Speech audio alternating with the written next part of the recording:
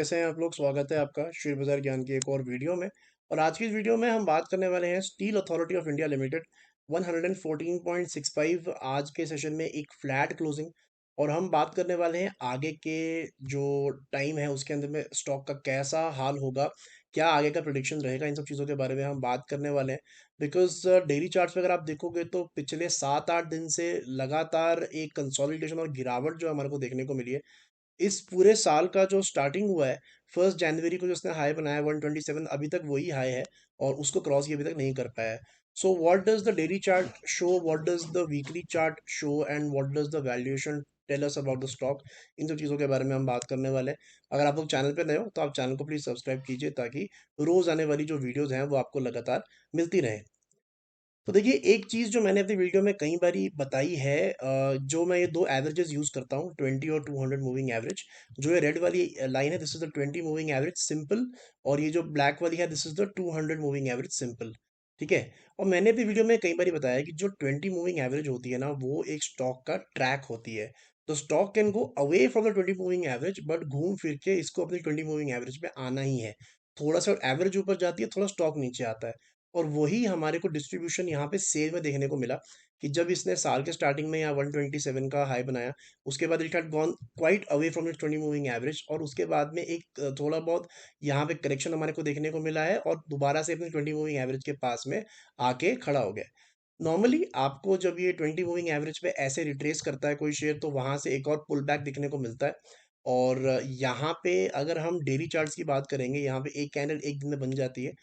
यहाँ पे जब भी आपको ऐसा मिले ना पैटर्न जहाँ पे एक रेड कैंडल के बाद में एक ग्रीन बन रही है, फिर रेड बन रही है, फिर ग्रीन बन रही है, फिर रेड बन रही है, this is a typical pattern of consolidation. यहाँ पे स्टॉक जो है चॉपी हो जाता है, कहीं जाता नहीं है। तो यहाँ पे एक बेसिकली टसल चल रही है between the buyers and the sellers.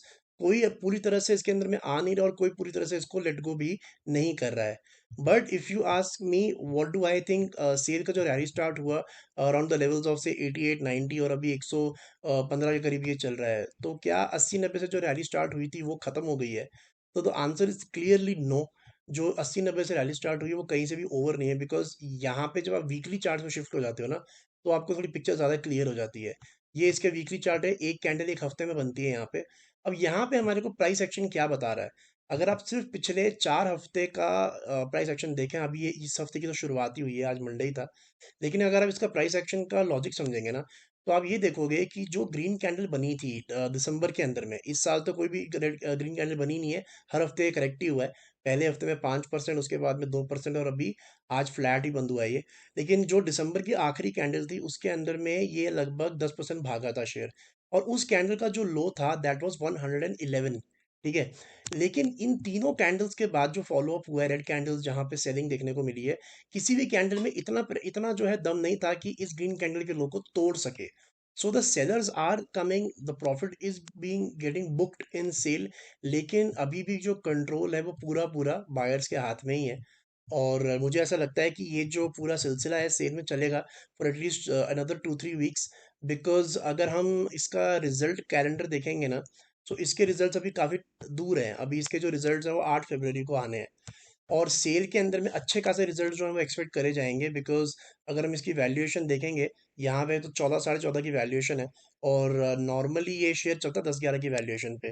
तो वहाँ से ये ऑलमोस्ट 30-40% महंगा है। और अगर अच्छे नंबर्स आएंगे तो ये रैली जो है फर्दर कंटिन्यू भी हो सकती है। बात करेंगे अगर स्ट्रिक्टली लेवल्स के बारे में तो देखिए, डेली चार्ट्स यानी कि वो लोग जो कि शॉर्ट टर्म, बहुत ही शॉर्ट टर्म 2-4 दिन के व्यू के लिए रखते हैं, उनके लिए मेरे हिसाब से 111 is a very important level in SAIL. 111 का एक अच्छा सपोर्ट है सेल के अंदर में। और जो लोग थोड़ा लंबा खेल रहे हैं सेल के अंदर में, who have invested for a long time, I would suggest कि नीचे की तरफ में around 90 rupees is a very strong support. लेकिन 90 से पहले भी 103-104 का अच्छा खासा सपोर्ट है सेल के अंदर में। थोड़ा सा एग्रेसिव अगर आपको रहना है तो आप 103-104 सोच के चल सकते हो, या 100 रुपये पे उसको राउंड ऑफ कर सकते हो। थोड़ा कंजर्वेटिव आपको अगर होके होना है तो 88 would be the price that I think, जहाँ जिसके नीचे सेल मुझे नहीं लगता है। 88 का लेवल जो है बहुत ही कंजर्वेटिव है। और वो तरीका क्या है कि अगर एक रेड कैंडल के बाद में दो ग्रीन कैंडल्स बनती हैं तो वहां पे हम अपना लास्ट सपोर्ट देखते हैं। तो अगर फ्यूचर में यहाँ पे दो ग्रीन कैंडल्स बन गई, इसके बाद में जो भी रेड कैंडल्स बन रही हैं, लगातार दो ग्रीन कैंडल्स बन गई, तो आपका सपोर्ट 88 से उठ के सीधा यहाँ पे आ जाएगा। और ये पॉसिबल है कि आपका जो अगला सपोर्ट होगा सेल में, वो लगभग 110 112 का हो जाए। जब तक वो सिनेरियो नहीं होता पूरा, तब तक 88 is a conservative and a good level to look at SAIL. और थोड़े से जो एग्रेसिव है, उनको अराउंड 100 रुपीज़ का जो लेवल है वो देखना चाहिए, जो इसमें इन्वेस्ट करके बैठे हैं। और शॉर्ट टर्म वालों के लिए I think 111 is a good level for steel authority of India. 8 फरवरी को इसके नंबर आएंगे, और उसके बाद में या उससे थोड़ा पहले इसमें मोमेंटम दोबारा लौट सकता है। It's a clear case of consolidation. दोस्तों, ये था मेरा आज का video on steel authority of India. I hope आपको लॉजिकल लेवल्स जो है वो क्लियर आउट हो गए। कोई सवाल है आपका तो आप कमेंट सेक्शन में डाल सकते हैं। मैं मिलूंगा आपसे अपनी अगली वीडियो में, तब तक आप अपना ख्याल रखें। All the best guys.